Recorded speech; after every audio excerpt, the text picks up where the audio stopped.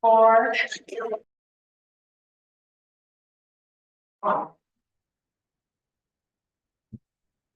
good morning, everyone, and welcome to the CanCarib Climate Smart Opportunities Summit. My name is Yasmin Chung, and I would like to welcome all of you. But my duty this morning is very short. I'm just here to introduce our moderator for today, who is Dr. Gary Jackson. He is a director and senior consultant with Project Energy and Engineering. He has a PhD in mechanical engineering and an MSc in project management from the University of Birmingham in the UK. He also has a BSc in mechanical engineering from the University of the West Indies. He also pursued postdoctoral studies on the Fulbright Nexus Scholarship in hydroelectric power and power flow modeling for distributed generation. Dr. Jackson is an energy consultant within the energy sector in the Caribbean. He has had leadership roles at Wheaton Wind Farms, with CanCarib, and with CanCarib, most recently with CanCarib. He's a registered engineer in Jamaica and an associate member of the Jamaica Institute of Engineers.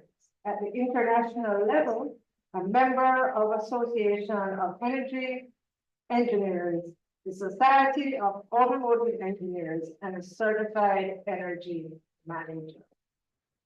Thank you so much, Dr. Jackson, for agreeing to do this morning. And I'm going to turn things over to you and ask you to also introduce your guest. Thank you very much, Yasmin. So I first want to introduce, well, thank you so much for this opportunity. And I think this engagement is an important one to share with our Canadian partners what we are up to in Jamaica within the energy landscape. First, I'd like to introduce our guest, Mr. Roger Gordon, who's actually the external legal counsel working with the generation procurement entity, which you'll learn more about in our session today. So Roderick, thank you so much for being here with us this morning. My pleasure. Good morning. I first want to just introduce why we're here. So the 2023 RFP outcomes and what our plans for the second round will look like. As you know, Jamaica earlier, Jamaica had done a 100 megawatt solicitation, which is currently in progress. We want to learn more about that process from the external legal counsel, Roderick. What is intended plan, the commercial operation date, so we can know how things will be progressing. Storage is considered, what size storage is contemplated, if we know that yet. What is Jamaica's storage technology and strategy? We'll be joined later by our regulator and also the utility to learn more. There's a plan 168 megawatts, following closely behind this 100 megawatts. Further to that, we want to understand if it's going to be technology agnostic or we're going to lean towards any one particular technology, given our resources that we know about and how that would evolve over time. So currently, Jamaica is undertaking an integrated resource plan, which would need to consider all the supply options that we have available to us, the demand, growth, transmission and distribution expansion that would accommodate those new generating assets. And we want to learn in the future what those results are saying to us so far. It is also important for Jamaica to consider the energy system resilience, and hence Jamaica should consider undertaking a vulnerability risk assessment for the energy system. Given what we're experiencing now, we need to understand if we have actually considered RE zoning in Jamaica, and our distributed energy resources are part of the plan, and how these will be accommodated and implemented given the government's policy and the target that we have set for ourselves and the aggressive target we have set for ourselves and how we'll get there.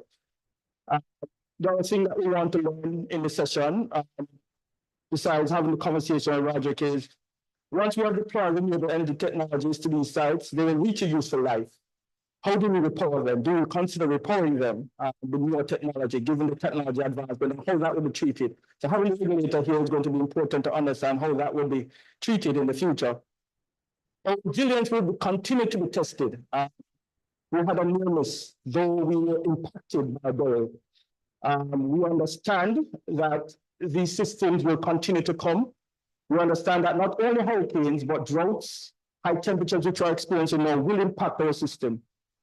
So resilience is going to be important. So that will mean a reconfiguration of our energy systems. And if the reconfiguration energy systems, new regulations need to be to accommodate that new reconfiguration. In the advent of smart technologies, distributed energy resources, storage, demand side management, EVs, people talk about vehicle to grid, vehicle to home, all that will come into play. So the discussion of climate continues. Who is responsible or who should be accountable for the severity of climate events and at what cost? So that continues to be a discussion, but we should not ignore the signs. So how Jamaica is going to address or how adaptation strategy will be progressing will be important to know, and what will the rules of engagement. So we hope the views of the session today will be answering these questions to become more resilient to climate change and powering our future to sustainable development. So with that, I will start by having this conversation with Roderick, knowing all that we know now, based on what he can possibly share, given that the process that we have engaged in our RFP for that 100 megawatt has been very open, very transparent. So we want to learn more about what took place, Roderick, in that process, so we can advise or tell our listeners what we have done so far and where we are now. Sure. Okay, thank you, Gary, and good morning again to everyone. My name is Roderick Gordon. I am the external legal counsel to the GPE, which is a generation procurement entity. That is an entity established by our Electricity Act to manage all procurement of new generation, which comes onto our grid. The transmission and distribution is still under one license, which is given to the utility, which is the Jamaica Public Service Company. Generation, however, is not under any license, single license. And so that has been open for competition. The Act establishes the GPE, which is appointed by the Cabinet of Jamaica. It manages its own processes, and therefore the GPE under the Act has a right to establish its own rules and regulations in handling any procurements. Under the Act, the ministry sets the policy, the Office of Utilities Regulations regulates, and the GPE manages the procurement aspect of the energy generation. So I think everyone would know that there would have been an integrated resource plan, which would have been completed by the Ministry of Energy. That integrated resource plan is the IRP 2020. That would have indicated how many new assets should come online at what periods of time. Consequent to that, the ministry wrote to the generation procurement entity last year, indicating that they should go to market for 100 megawatts of renewable energy. And so this is what triggered the process for the GPE. Having received that, the GPE then put out an expression of interest to try and gauge market interest overall. This was a non-binding expression of interest, and it was technology agnostic. It really was having regard to the time frame from the last RFP for our grid to now, to get a sense, one, of what potential interest there was, and two, to also signal to the market that something is coming quite shortly. Okay, so that was done. It was a successful process. I believe the overall capacity indicated was over 1,000 megawatts, over a gigawatt of energy across different technologies. So it was very encouraging. Across different timelines. Well, yes. Even though that was not a specification of the response, but indeed. Right. Okay. So the GPE then finalized its request for proposals. It had been doing a lot of work in the background over the past, I would say, 3.5 years, stakeholder consultations. There were different consultants who had been retained by the GPE to look at what the best framework would be and how to bring these assets on in the most efficient and sensible manner.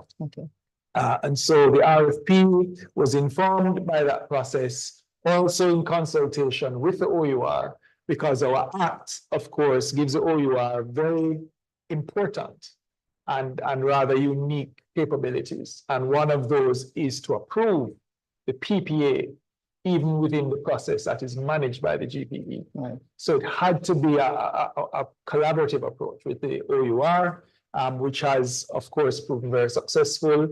We've probably given the OUR a little more work than they would have liked, Right. but as always, they have handled it with the highest standard and with grace. Excellent. So this RFP was issued, I believe, in July of last year, and it signaled a time frame within which responses should come, and it also indicated what the rules of engagement would be. One of the issues that came out in the expression of interest was a question of technology, and you referenced storage. This RFP was technology agnostic, and it did not seek to ask for any storage in particular. Part of that process, Gary, would be allowing for clarifications and questions that occurred, and all the questions and the answers were published on the GPE's website, www.gpe.gov.jm. And those answers to questions and clarifications became a part of the issued RFP. Okay. The process was quite smooth. There were amendments to the RFP, and there were also adjustments to the RFP consequent on the answers given in the clarifications. Okay.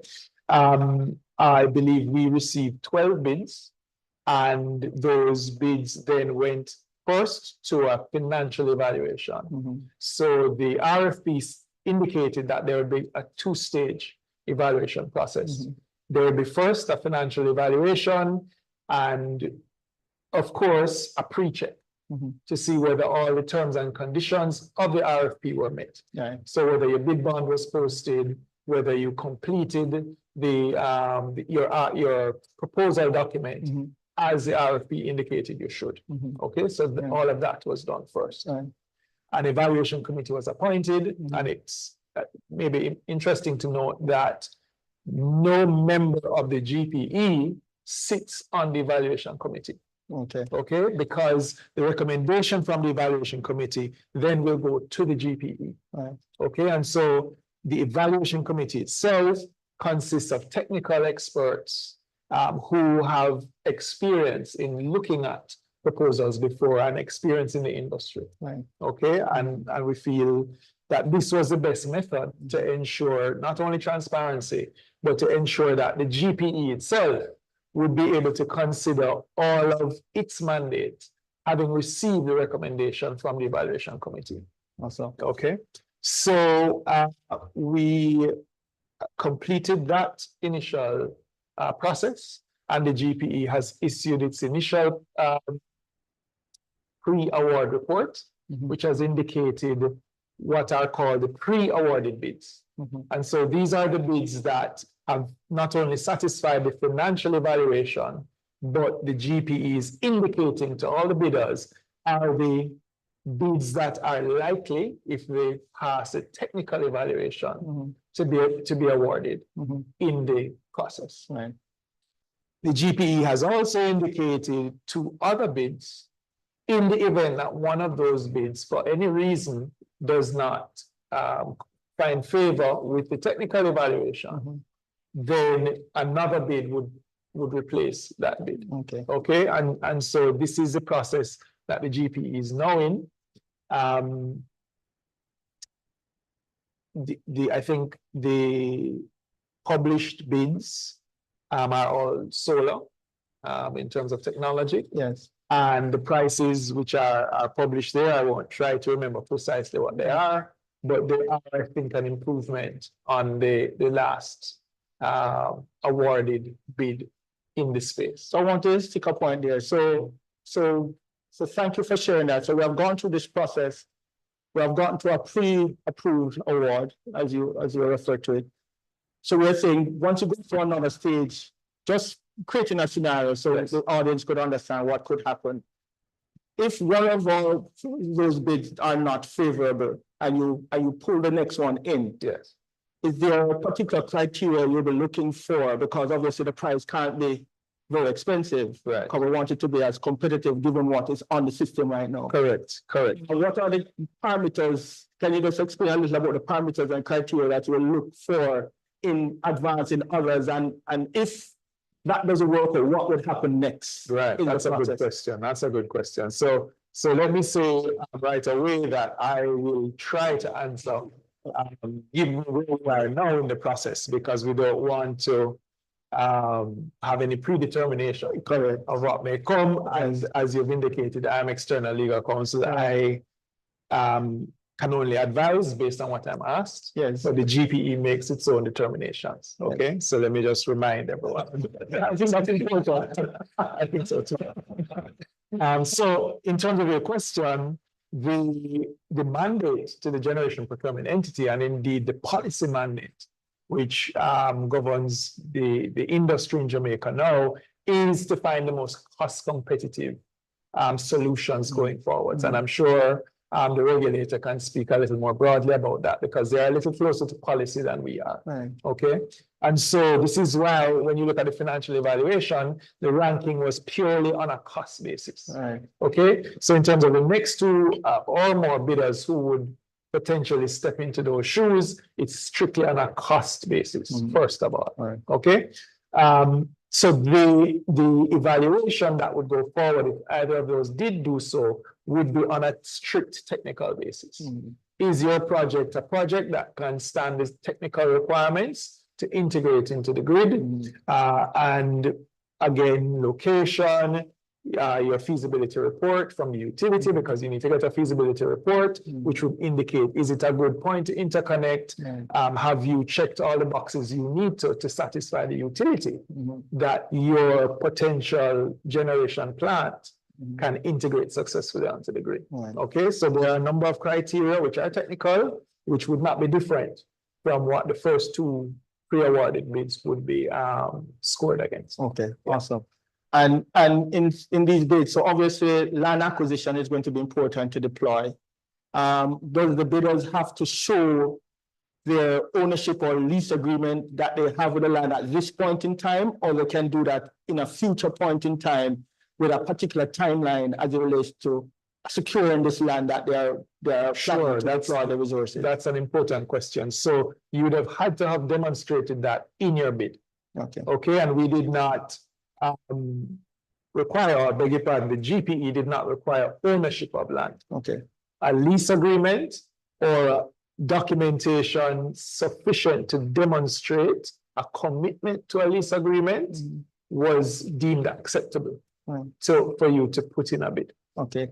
So we went through saying that it was technology agnostic. So do we consider very new technology, or we're saying you have to be proven and tested as a technology coming onto the system? As you know, technology advancements are happening, and persons are coming creative ways to become more resilient, to become more reliable. So they're pushing the envelope on the technology that currently exists. Right. Was there a criteria for it had to be proven and tested, or the market was open to introduce new technology that may work in another jurisdiction, but we say, all right, let us give it a go in terms of understanding the evaluation of sale? Sure, good question. To the best of my knowledge, it was completely agnostic. Okay. So it could have been any technology which you could demonstrate would have the capacity to generate what is required for the grid. Okay. What was in the RFP was that you had to indicate a guaranteed minimum capacity, which was a first for renewable energy bids in Jamaica. So if you felt that this new technology could do that, fine.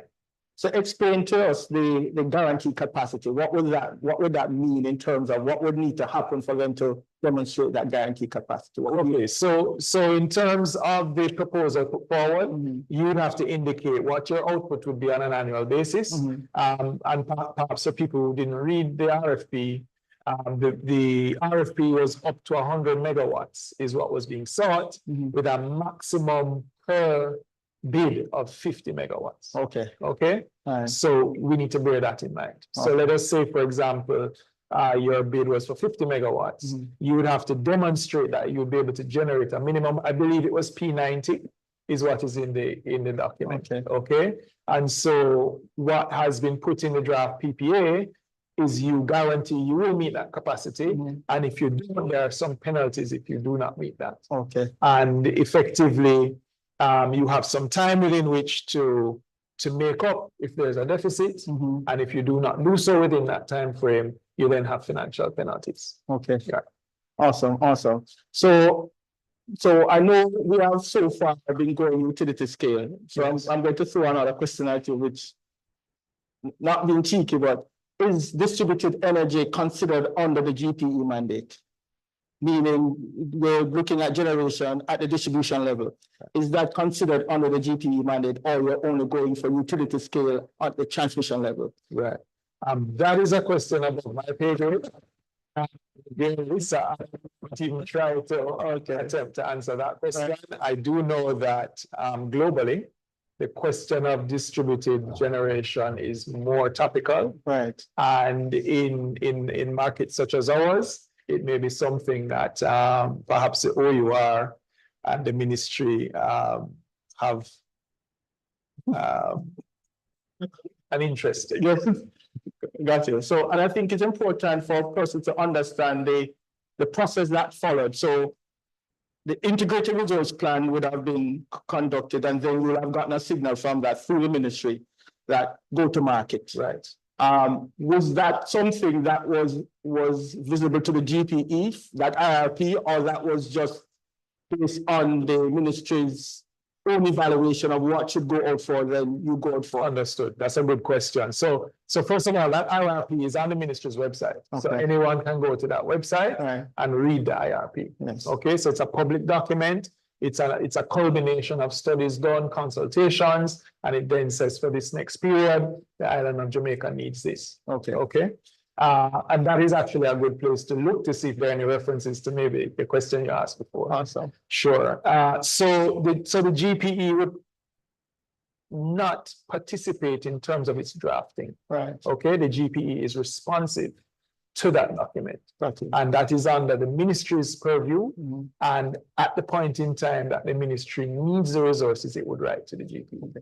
So one final question for you. So I would have, in my welcoming, I would have mentioned resilience, and we realize, given what is happening now, we have seen the heat that we are experiencing, and JPS actually experienced its highest peak demand last year, I think it was July, of 672 megawatts, and that was predominantly based on the heat that was on the island. And air conditioning and refrigeration would have been a lot of that load. Is there any consideration for how systems will become more resilient to these climate events that are happening because we're not going to escape them? Yes. So I just want to know how we are playing resilience as part of our evaluation and even part of our plans moving forward. Is there any note on that? Not that I can share. I am not a part of the evaluation committee. I believe that the RFP indicated what would have been considered in that evaluation. But there is no question that it is a very critical issue. I'm sure, again, that from a point of view of policy, it's been considered. It has been said publicly. Okay. It's important probably also to note that there is a draft IRP 2, which is going to update the current IRP. Awesome. And therefore, one can look out for that document and see how it addresses these issues. The other thing I should say, Gary, because you had indicated earlier that there is to be a second RFP, so you probably were going there. Yes. Which is 168 megawatts. So let me go ahead. Sure. Let us know what's going to happen there, and what's your possible timeline for that? Sure. So the Minister of Energy, in his annual presentation to Parliament, indicated that the GPE will be asked to go out in a second request for proposals for 168 megawatts of generation. I believe he did say renewable energy generation. Again, technology agnostic. No, that would not be in my knowledge now. Okay. The process is that the ministry would write to the GPE and indicate when it wishes the GPE to go to market. And those instructions may give more context Okay. to what the GPE may see in that second RFP. In his presentation, he indicated, I believe, in the last quarter of this calendar year is when he expected the GPE to perhaps become active with regard to that second RFP. So I think that's the best I can say with regard to a timing. Sure. Any proposed conclusion for the first round in terms of when it will end its evaluation and award, and when would it possible get to a commercial operation date? What period that would be in, given how the plan, the IRP would have been set up in determining when assets will be coming online. Understood. Into the future. That is a good question. So I believe what was published was, I believe, towards the end of September of this year. The process should be completed for the first IRP, beg your pardon, the first RFP. Yes. And we should be in a position, or the GP will be in a position to announce the outcome of that.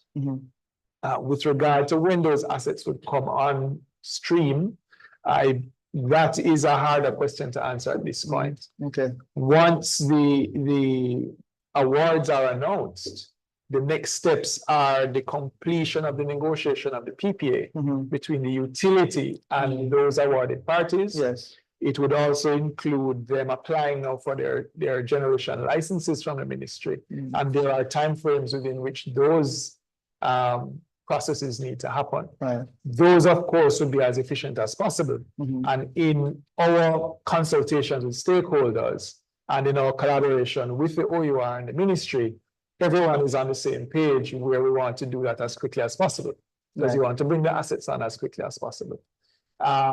It's hard to say now when those processes will end, but if we were to say first quarter of next year, then hopefully we're looking at maybe 2 to 2.5 years thereafter for those assets to begin their process of construction and completion to come onto the grid. And just for clarification for our audience, so when we speak about technology agnostics and the type of technologies, some persons may come with storage, yeah?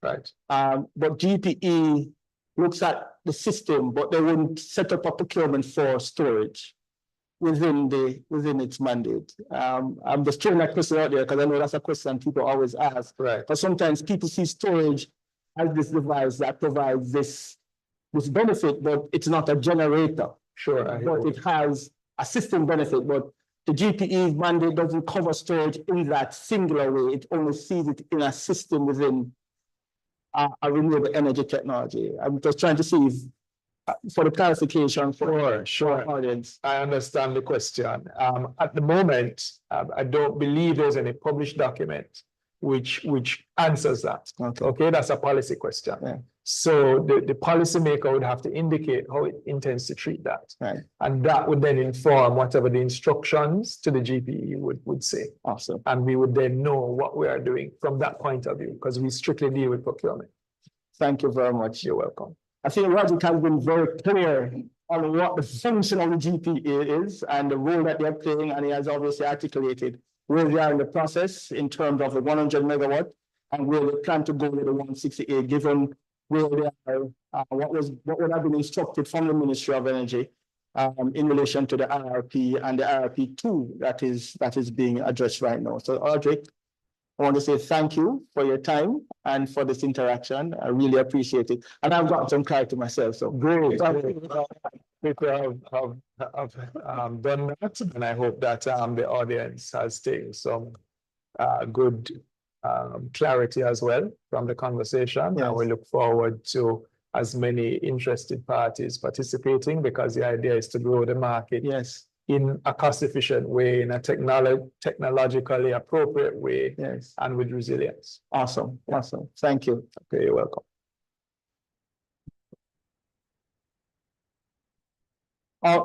We'll take a 2-minute break. I will be right back. Thank you so much for listening.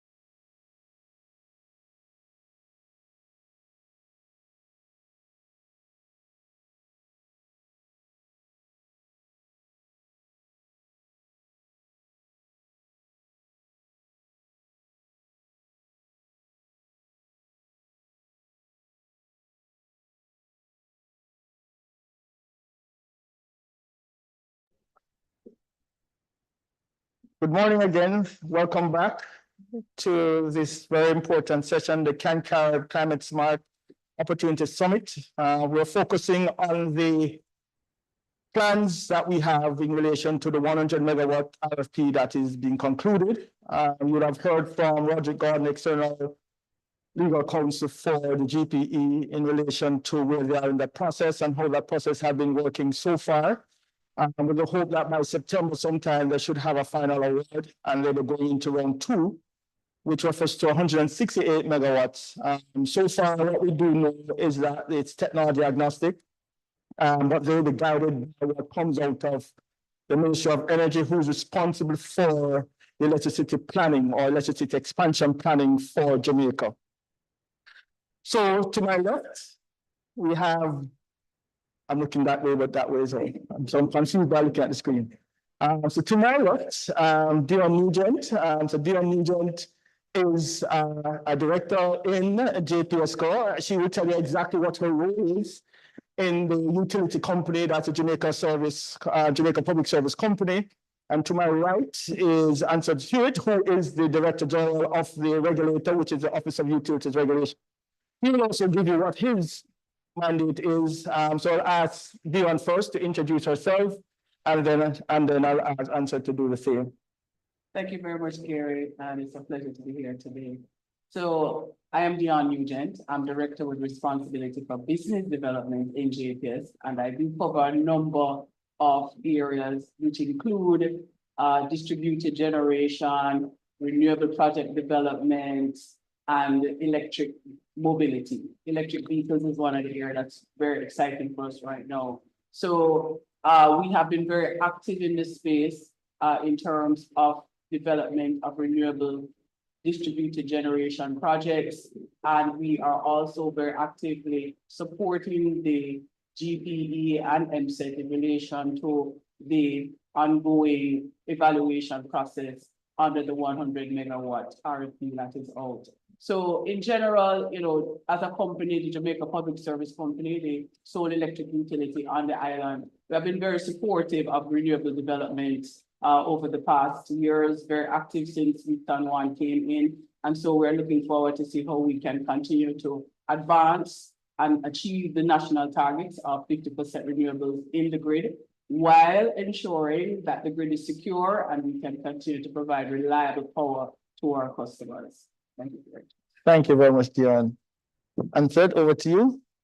Well, good morning. I am Ansel Hewitt. I'm Director General of the Office of Utilities Regulation. The OUR's particular role with regard to the electricity sector is that we are the regulator, and our primary concern is to ensure that we have electricity delivered to consumers or the ratepayers at the lowest economic cost. So we would be concerned clearly about the rate at which the electricity is procured for generation, and then what happens after that in terms of its transmission and distribution to consumers. So we do work closely with the GPE to look at its procurement process. And indeed, once there is an outcome of that procurement process, we have a responsibility to enforce it and to regulate the entities. So you would understand, therefore, that we are looking at what goes into that process, because it has the ability, or it will determine, right, is a major determinant of what comes out in terms of final rates to consumers. Thank you very much, Ansel. So we're going to jump straight into it. So some key things came out from what Dion had said and Ansel had said: reliability, availability, affordability. We have an acronym in our company that we call the REAL, what's real for the people. So we refer to that as some of the aspects that are important to the energy sector. But one of the things that has come, we just had a pre-discussion before we started, is resilience. And we recognize that climate change is real upon us. We had recently was spared by a barrel in some instance, and Dion will tell you as a part of the utility that there are still efforts going on right now in restoring power from what Beryl did, and Beryl didn't come across us directly, so we understand how vulnerable we are to climate change.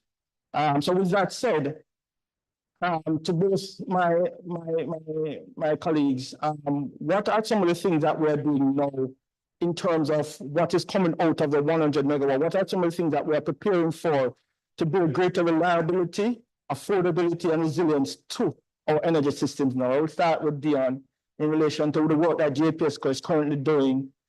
Given the restoration efforts you are now in, what are some of the things that JPSCO is already preparing themselves for in relation to the 100 megawatts coming in and all the other things that are happening to build greater reliability and affordability and resilience to the energy system? Thank you for the question, Gary. So under the 100 megawatt RFP, a big part, of course, was how we interconnect capacity into the grid. And we were working very closely with the GPE in that context. And those who would have participated in the RFP would have seen the list of transmission lines and nodes that were outlined, giving indication of the capacity. And the whole objective is to make sure that for the 50 megawatt maximum capacity that was to be injected into the grid, that we were very clear way ahead of time as to what the implications would have been. So we have been very careful at the table, working with our stakeholders to make sure that the question of reliability for new renewable projects coming into the grid is answered and answered early in the process. We do understand that intermittent renewables do pose a challenge to an island grid system.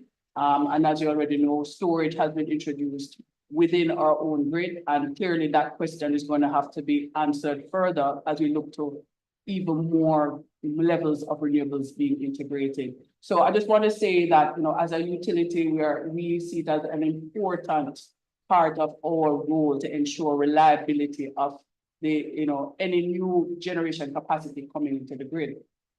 Moving to the storm, the storm has also highlighted quite a number of things, and I can tell you, as one who's very active in the restoration process, there are a lot of lessons learned.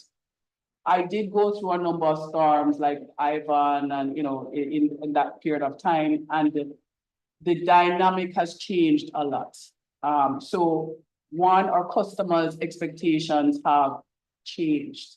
The idea of waiting extended periods of time for restoration of this service has totally changed. It was, the response was very different. And we recognize that in our world, the world of energy, our customer expectations have taken a step change up. And that has really caused us to, even in the process of restoration, begin a lot of introspection.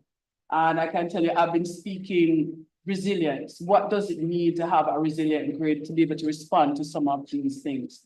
So we have been talking microgrids, we have been talking distributed generation. How do we create that capacity? Looking at the existing grid structure, should we step back now and look at what we have? Substations, lengths of line. Resilience is the name of the game, no. And I think that, whereas Beryl has been very, has created some pain, I think there's a lot of opportunity that can come out of this. And I think it will give us an opportunity to engage again with our critical stakeholders as to what does resilience mean and understand the cost of resilience, because there is also a cost to build resilience into your networks and make sure that, we are able to create the right expectations around that sort of conversation. So I want to say that, it's important for us to take these opportunities. The storm has created an opportunity, Gary, and I'm still in the middle of it. I still have customers crying for restoration of their electricity. So that's our prime focus now, but we're hoping to have those conversations immediately after. And I just want to say that in a world where you're trying to bring back generation and bring back customers, renewables in that space also has a question to answer. Does it contribute? So we had plants, for example, that weren't able to come on, but plants who were very quickly, but because of the nature of intermittent renewables, we could not really bring them back into the system to recreate the grid a lot faster. So there are questions we need to answer. And we're looking forward to the conversation. Awesome, awesome. So I'll put that over to answer because I can see where resilience is creating a greater importance in how our systems evolve over time. And within the regulatory framework, answered, how is that being treated in light of what Dion just said? You know, we talk about the DERs, we talk about the transmission distribution. I know there was something in the legislation that speaks to system benefit fund. How is that going to play a part in addressing any of the concerns that are evolving with the 100 in terms of when it comes online? Are there things that you want to consider from a regulatory standpoint in how that reliability will be sustained or maintained in allowing affordability to our customers? Yes. I know it's a lot. Yes, it is a lot to take on, but no, and you know, I think we start out from the position that even the matter of pursuing additional renewables and is a linchpin to dealing with the issue of resilience, right? We want to have diversification. We want to have a situation where we're not completely dependent on export of our fuel, right? And because that can be disrupted and for extended period. But as Dan has pointed out, renewables come with their own particular challenges as well. You know, there's a question, for example, of how soon do you have to close down the facilities before, say, the onset of a hurricane, and what do you do to continue to keep your plant operational? And then how, as has been noted, how soon after are you going to be able to put them back? So there are those considerations. So while we're pursuing resilience and we're pursuing it, the aim is to make sure that you minimize disruption, but you also minimize cost to consumers. But we also have to accept that there is going to be a trade-off between, to some extent, between cost and the degree of resilience that you want. And as a regulator, we have to help to communicate that. So when we get out, when we're looking at our rates, we have to think about what that component, what is the component of the rate that is going to inure to greater resilience. And we have to be able to tell consumers that if you want a system that you're going to be able to get back electricity weeks after a hurricane, there is a cost to hardening the network. There is a cost, right? There's a cost to building up inventory, all of those things. And it's a discussion that the post-burial condition presents us with an opportunity to have those discussions again. And to emphasize that trade-off, because right now the discussion is that there is an imperative to restore, and that is true, it is accepted. But we also have to emphasize that there is a cost to that, and we need to tell the public. Okay. So one of the things that comes up is the energy storage. And I know, given the intermittencies of these renewable energy resources that we are now exploiting, I know JPS has done batteries, they have done flywheel. So they are putting some technology there, but there are persons who have, at the residential commercial level, have put in their own storage as well. So we see that at the distribution level. I mean, how is the regulations now looking at storage, and what is the, because I know you guys work from intelligence, you do a lot of studies and try to understand what market conditions are saying or what the technical conditions are asking for. Where's the regulator now in terms of storage? What are some of the things that you are considering at the utility level, at the transmission system, or at the distribution? What are some of the storage considerations that and our discussions that have started so far? So I'd say that, you know, and we still look to the to the IRP, we still look to the planners, Mhm. the policymakers to indicate, you know, whether there is what is the definitive policy on that. What we have done is that we have accepted that with increased renewables and intermittency, there'll have to be storage. So when after we admitted the first set of renewables to the grid, we immediately had an engagement. They engaged us, and we made provision for a storage facility and for that to be treated as part of the tariff. So the issue is we have accepted that there has to be storage, and that is going to be reflected in rates, whether that storage is provided by the grid operator or whether that storage is provided off the grid. There is a cost. Mhm. And the OER's position, I think, is that we will take account of those costs. Mhm. But in terms of the definitive policy on storage, that we have to rely on the policymakers Okay. to indicate that. We do have a view and we will advise them, Right. but we'll wait that signal. In the meantime, whatever storage solutions are proposed and it falls within our remit to approve them, we will. Okay. And how is the storage working now based on you have a utility scale storage within the system right now? How is that working and what further information can you provide, Dion, in terms of where you believe, where JPS could believe the storage adaptation would need to go in relation to system reliability and resilience? So the existing facility that we do have has provided a great deal of support in terms of managing the grid and intermittency of the solar and wind facilities that we do have connected to the grid. And I'm not in the operations room, but I think they would, they speak highly of the capability of the system that we currently have in terms of the battery storage, flywheel and batteries. Just to say for those who are not aware, we went through an extensive process globally around the world trying to understand how storage works across different jurisdictions.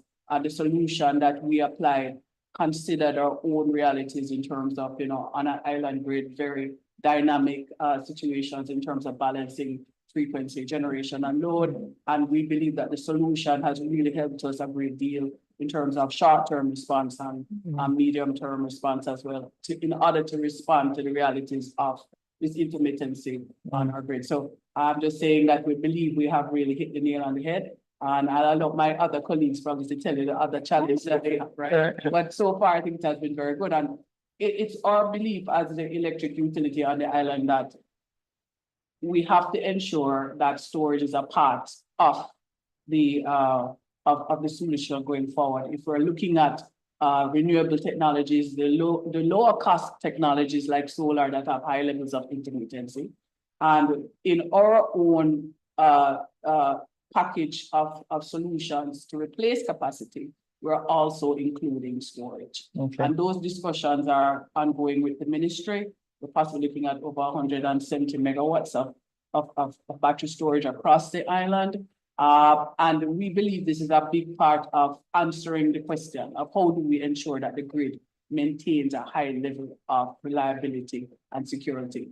I can tell you the journey we have taken with intermittent renewables has had its pain points, just trying to react to, the variability and seasonality sometimes of these technologies. And we recognize we have to be ahead of the curve this time. And so we're actually working towards getting that done. Again, we're in the process of approvals, back and forth discussions, but that is our mindset. We believe that that's a part of the equation that it has to be a reality for us. So right now we have two technologies in at the utility scale. We have the battery energy storage, and we also have flywheel. Is there any other energy storage being considered within the system? I know I can tell you our Canadian friends will tell you about compressed air. They will tell you about pump storage that is very predominantly used in Canada and in the US. Are these energy storage technologies that we are considering, or we are kind of focused, or we haven't done a study to see what works best for us in terms of our terrain and landscape. Well, I can tell you for us, at JPS, we have been having those conversations right through. We think that, we have to look at everything to see what the opportunities and what the options are. However, of course, it all comes down to cost, and solutions that are sustainable in our environment. So I'll tell you that recently we were looking at pump storage, just the conceptualizing how pump storage could work, that there may be opportunities for pump storage, but we will need to ensure that we have the space to probably test the technologies and see how they actually work locally. But we think that there are other opportunities of storage that we can consider. Okay. And we are exploring them. And I think OYO takes a similar view. We are big on being agnostic, but we're also big on having some kind of certainty in relation to the technology. So what is being proposed, we want to be satisfied that it is sustainable. So while we don't want to get into the business of prescribing or narrowing the path, we would insist that, you must come with something that we convince us that it is sustainable over the medium to long term for us to approve it, because that is going to reflect a major cost to consumers. There may be, I suppose that the government as a policy may need to look at some kind of sandboxing policy or something like that. But I think that where you're talking about major investments, you really ought to have some satisfaction with regard to certainty and stability. Okay. So one of the things that we see happening within our demand growth is within the construction industry. So we have been building quite a number of high-rise buildings. So Kingston has become more dense in terms of energy, right? Now, and most of our renewable energy resources don't reside at large scale within the city. It resides on the perimeter of the city. So you will go to places like Clarendon, St. Catherine, but nothing really at the high density area. Now, what are some of the considerations? And given that the most of the load that is occurring now is air conditioned load for cooling, and we saw that in year 672 last year. Are there any considerations for how that demand is changing for the supply to meet that demand, and what that expansion advice that you need to give to the ministry, what they would need to consider within what is happening within the Kingston area, and also all the cities? You see that happening in Ocho, you see it happening in Montego Bay, you see it happening in Negril. So all of these, what we call load centers, have become more dense, energy intense as our in the future. So is there any advice you want to, or what kind of projections and we want to consider for what is to come? Wow. I think too hard question. I don't think so. I just wanted to give the audience of where our mindset might be in terms of how we are trying to address our. I can start. I mean, the fact is that the demand on our grid is changing, right? And this is driven, as you said, to a large extent by the type of construction that we're seeing. It's totally different, right? From what we saw about a decade ago. And therefore, this is why it's so important for us to be at the table with the planners, right? Because again, we are not the planners. They are the one, the ministry is looking at that 10, 20-year forecast and how do they satisfy the requirements today. The fact that AC load is growing, right? And the issue of voltage stability now becomes a big part of our conversation. How do we respond to that from a grid security perspective? We're talking about not only that, we're talking about the network to support that kind of concentration of load. And what we're saying is that the conversation is evolving so fast that the stakeholders at the table have to be actively having those conversations now rather than later. So I don't answer your question to us. But I'm telling you, the fact is that the strength is in our planning. We have to plan and be very perceptive of what is happening now that could impact us later. And again, I agree with in terms of and I know some of the discussion is taking place. One of the things that we are doing at the OUR and the engagement with JPS in the next, and incidentally, we do have a 5-year tariff review coming up. And part of that is how we use structure rates to allow it to take advantage of the changing situation, the changing profile of consumption, all of those. The reconfiguration, So, right. So we're having that discussion between us so that if you can make your rates flexible enough to accommodate some of these things. Of course, it will have to be, some of them, policy will have to, facilitate that. But we, in terms of our own responsibilities, we need to make sure that we are putting certain elements in place so that if there is a rate structure that could accommodate or at least the introduction of something like some of these things. So I'm looking at the screen and I'm seeing where they're talking about EVs, right? So, and Dion had mentioned the work that JPS has been doing in this growing market. We have seen quite a lot since 2015. I think 2015 was at the one, two EVs going in. And then now we have seen reaching 1,000 now, and most of the dealers are now selling them, and the second-hand dealers are selling them. But what is the role now for EVs, and how the EVs are going to be playing a role in this expansion plan that we are setting for ourselves? Is there plans for the V2G, V2H component? Is it going to play a part in that resilience component for the utility as well, as it relates to grid stability and security? So thanks for that question. So electric vehicles is a big part of our long range program for the development of the sector as well. We see it as a strong opportunity for carbon emission reduction in the transportation sector, just to repeat what you already know. And we think that there's an opportunity for resilience as well. So the two, we think there are two major benefits that we can get from that. Jamaica is still early in the EV game. I think we're still early, but we have made great strides over the last few years.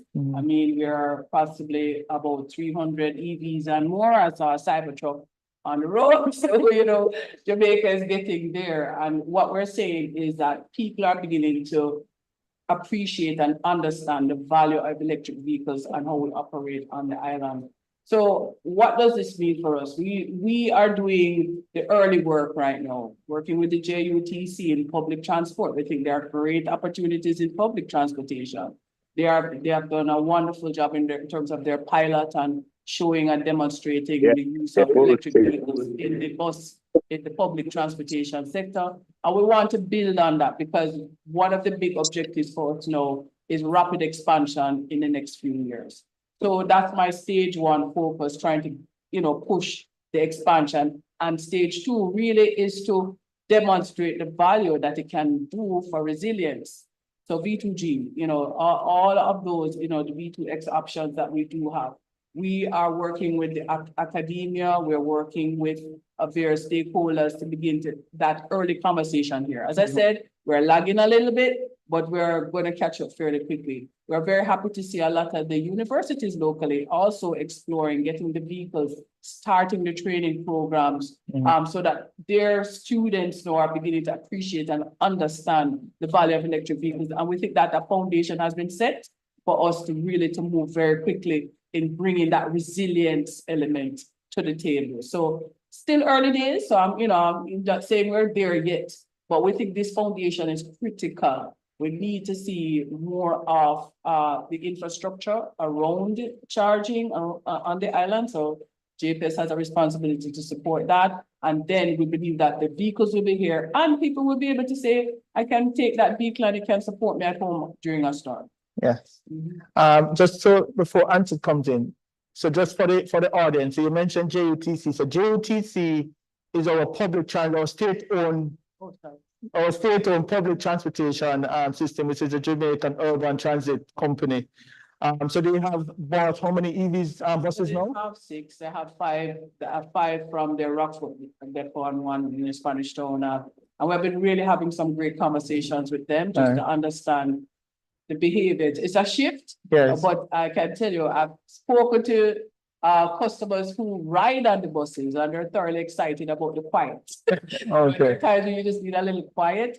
And so, you know, we're really nurturing that experience because we think there's a lot of value to be gained from this pilot project that can be used right across Jamaica and maybe across the region as well. What's their charging capacity now when they plug in? What their levels are at now? So each bus is about 150, 130 to 150 kV. So they actually have level 3 charges, 150. So, Okay.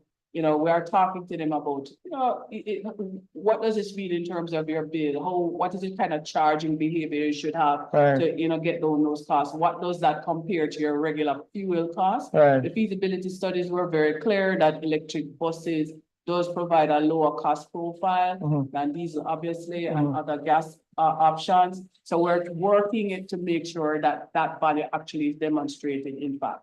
And, you know, we have been having a very good relationship with them in this journey, and Awesome. we're looking to see it expanding. Awesome. How is your regulations related to EV? I know you guys did a lot of work on the EV. But in terms of that it will increase, because you know most of the OEM are building EVs now. Are you doing anything else to prepare for the mass transition that is to come? Right. So, and as you said, we've done some work. We did a paper some years ago on EV that we hope provides some advice to the policymakers. We have engaged with JPS to put in place a rate for EV. Look, we think that EV has a potential to increase the intensity of the use of the grid. You know, we think that and it would be wonderful, and we hope that it will lower ultimately the cost of electricity. Because if you have a huge increase in the volume of use, we would expect that will inure to lower rates overall. So we're very optimistic about EV, and we've taken the view that OUR will facilitate any, you know, regulatory measure that can encourage that. And as I said, we have taken some nation steps in that regard. Okay. As of which the EV rate in the tariff is one of those. Okay. One of the things that comes up at times, and I'm not sure if it's a ministry through their planning or the regulator, but a number of these renewable energy and utility scale that have been deployed, for example, Wigton 1, will come to its useful life shortly. I think Wigton came online 2004, we're now 2024.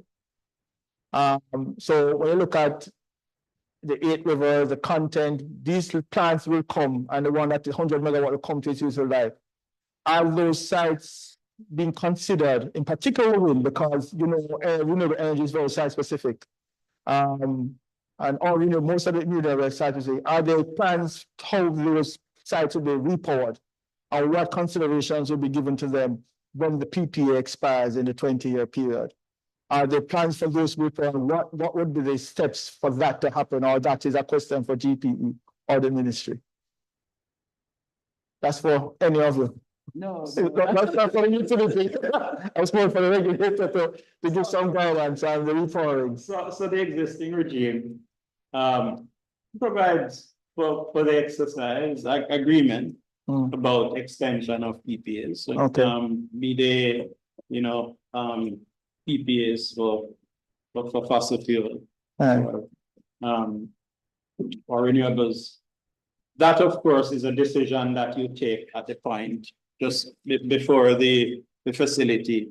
And you have to be the major concern again would be what it means for your system, what it means for your costs. I mean, if repowering makes sense, economic sense, then you ought not to resist it.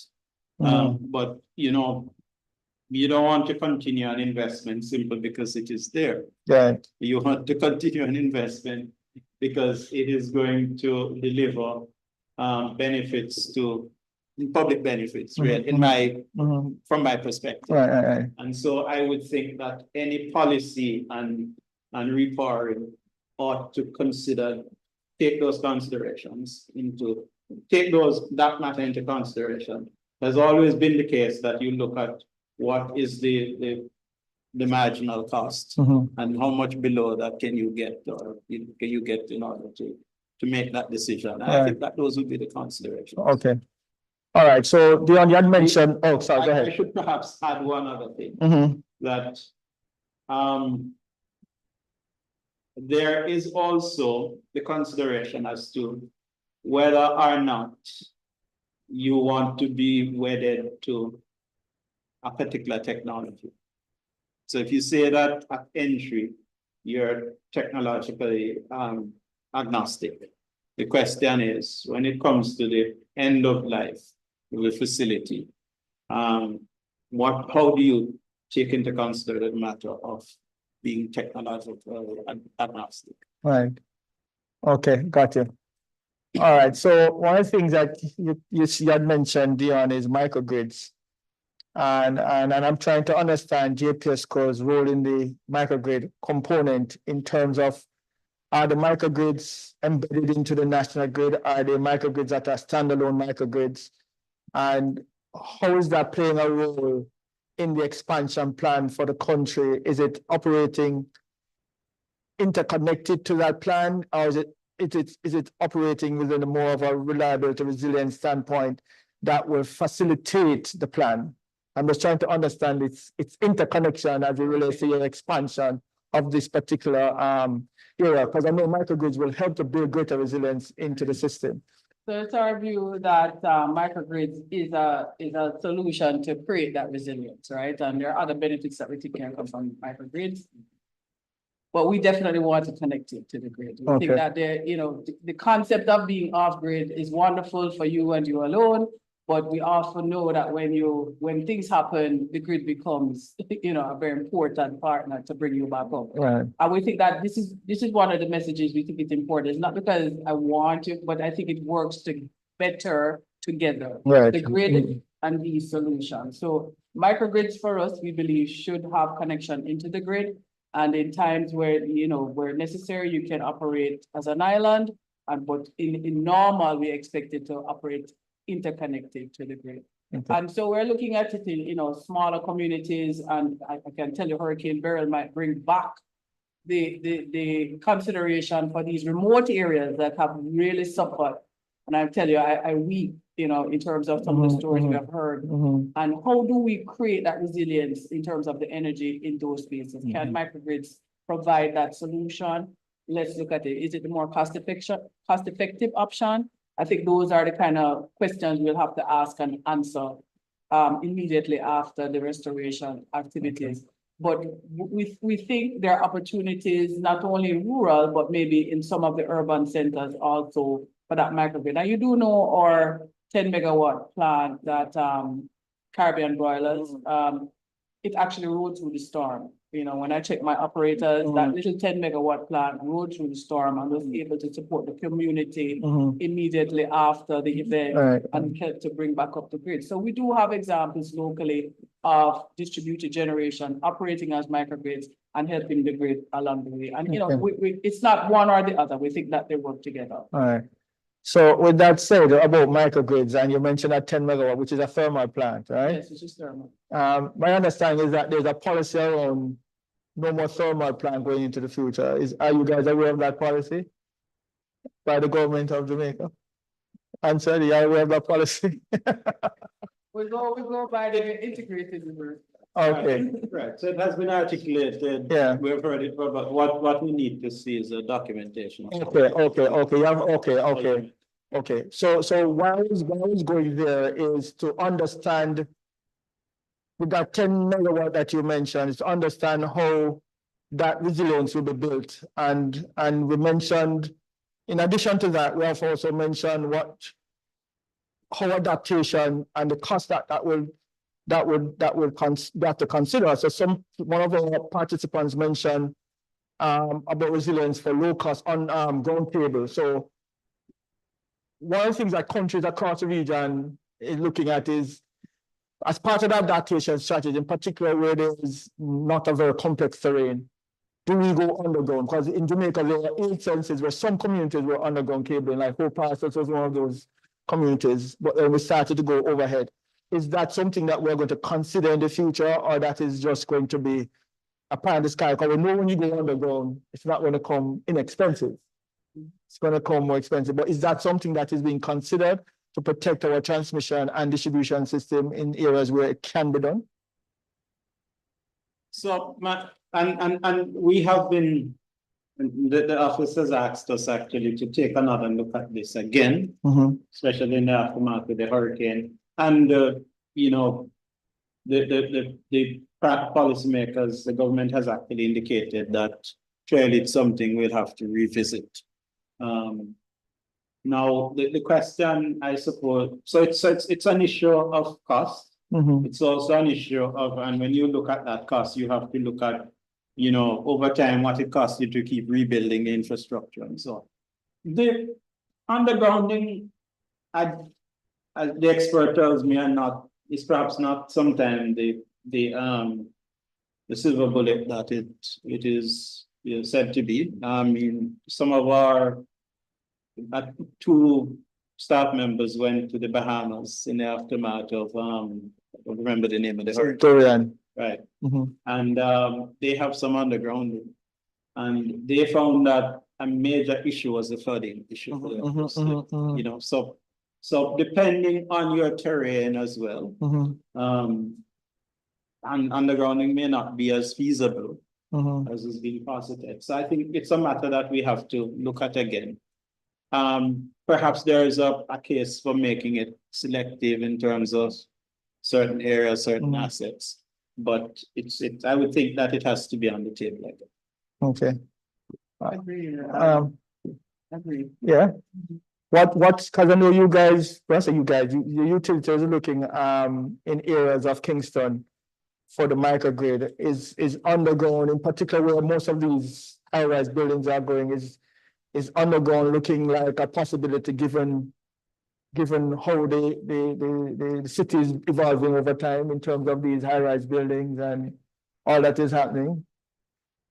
So at this point, we are not considering underground. Okay. Right? It's not on the table. Again, you know, as Director General has said, it's really about cost, right? And until we can solve that particular part of the equation, overhead does present the least cost option for us as the utility. And of course, we are guided by, you know, the planners and by our rates. So, you know, there's not much else we can do at this time. Okay. Unless the customer is willing to undertake the cost themselves. Okay. But I mentioned earlier when Roderick was here about the distributed energy. How is that evolving, and what role is he answered from your standpoint? What role is that playing? What are some of the things that the government might need to consider if this is going to become a very active? Because right now it's not as active. You know, people are just, you might be doing one or two there from the utility standpoint. But will this become a very active component in our expansion plan as part of our resilience and adaptation strategy going forward, you think? Well,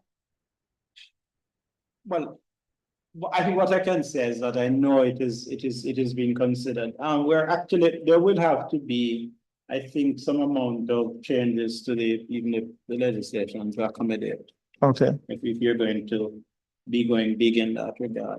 And I know at the moment there is a parliamentary committee looking at the legislation. Okay. And those are some of the issues that are under discussion. So okay. It's hard to predict at this point what is going to be the position. Okay. Okay. All right. One more thing for you. Just want to mention this fuel.